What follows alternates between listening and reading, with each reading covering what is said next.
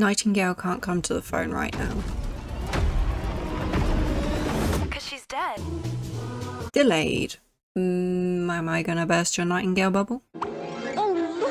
Recently, this Victorian fantasy survival RPG game kind of dropped off. If you think this game has reached its untimely demise, Dramatic pause. you'd actually be sorely mistaken. Yeah, it's been pushed back and gone a bit quiet, but I see this as a good thing. And here's why. Not only does it of course mean that there's more time for the developers to get things closer to what they want for release and that they value the game quality, but it also allows for a bit of a PR hit and for traction to slow down. Now you're probably thinking, wait, how is that a good thing? Surely we want a lot of hype surrounding the game. And there's still plenty of us out there that are super excited, myself included. In some particular cases though, like Nightingale, I think it's potentially beneficial that this is occurring. So let's talk about hype.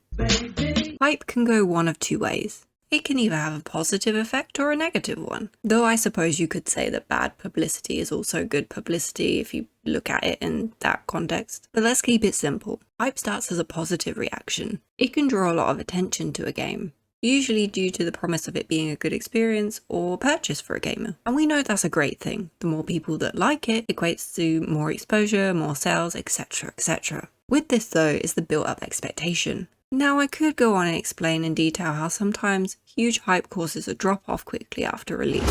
Sometimes it does a fantastic job, and sometimes it creates disappointment that can be detrimental to a game. But I think you know all that. My viewers are a smart bunch, not to mention good looking. So how does this apply to Nightingale? And why do I think less hype, at least for the time being, is better long term? For one, it takes the pressure off the developers a smidge. Another is it keeps the expectation to a reasonable standard, and it softens any forthcoming criticism by not having too much hype suddenly change direction once it's out. That's not to say it won't receive any feedback. There will be some problems that will quite rightly be pointed out or highlighted. What I mean is that the issues with the game might appear harsher if they're coming fresh off the hype plane, falling from thousands of feet. And my personal favourite is the additional perk that we're not constantly bombarded with stuff that it becomes annoying. So then it's just the right amount of showcasing without shoving it down our throats with a 19th century pimp cane. Are you choking? The other important hype question to consider will be the impact when release day rolls around. Will less current buzz play a part in whether it performs well? Before I answer this, I want to talk about the game a little bit because my conclusion is based around what we're getting. It's giving crafting, it's giving fantasy, it's giving survival. It's giving me everything I ever wanted in a game, and I can force my friends to join me. Only 2, because I think I heard somewhere that you can only do a group of 3, which is perfect because I only have 2 friends. It's kind of the game equivalent of Sucker Punch. Is it trying to be too much? Will it spread itself too thin? Who knows? I just want for this to be good. It holds such potential to being, quite frankly, the best game of the year. Has anyone else noticed there seems to be an influx of Victorian games this year? Which is absolutely fine by me if Victorian is once again making a comeback. And out of all of them, I'm gonna say this is the one to beat. That's a strong statement, especially given the fact that we're discussing it being socially dead. Arguably, sandbox survival games have been done a lot, especially in recent years it feels. This one, however, is different. It offers a fresh revival, sharing similarities with steampunk, though more magic fairy flavour than machinery. And I'm not ashamed to say that I'm here for it. The game was inspired by Jonathan Strange and Mr. Norrell. I nearly said Doctor Strange. Honestly, I hope not. It features the same main concept of a divided world, a war which is causing a rift between humans and magical folk. Welcome to the lands of Fae. After delving into more articles and info surrounding the game, it seems that to my relief that it appears to be very much a loose world inspiration and has left the rest of the story behind. Thank the Leviathans.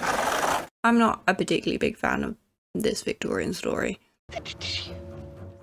It appears to be the first game from the creators of Inflection, but their team is compiled of many experienced game makers, so that's very reassuring. It's pretty fair to assume it's ticked a bunch of boxes. Nightingale has everything going for it, right? Right. No, that wasn't a trick question. And that means this game has a great deal to offer and opportunity to deliver. Give me 1 second, I just want to use my portal back to our original query. Is hype going to matter leading up to the day of release, considering how good the game should be? So with this in mind, let's say it continues to not be discussed much or garner that much attention. I think if Nightingale continues without too much hype going forward, it might actually create a sort of underplayed surprise. maybe even rocketing it during or after. And not to forget that we'll probably see a bit more excitement circulate when the game plays Bless Our Screens closer to the time. So I don't believe it will hinder sales. In fact, it might be the best option without the back end of the overhype train, which we mentioned can sometimes go off the rails a little. Regardless, hype or no hype, my bet is it's going to be a huge success. What do you guys think? Could it possibly be a good thing? At the end of the day, this is a game you're not going to want to miss.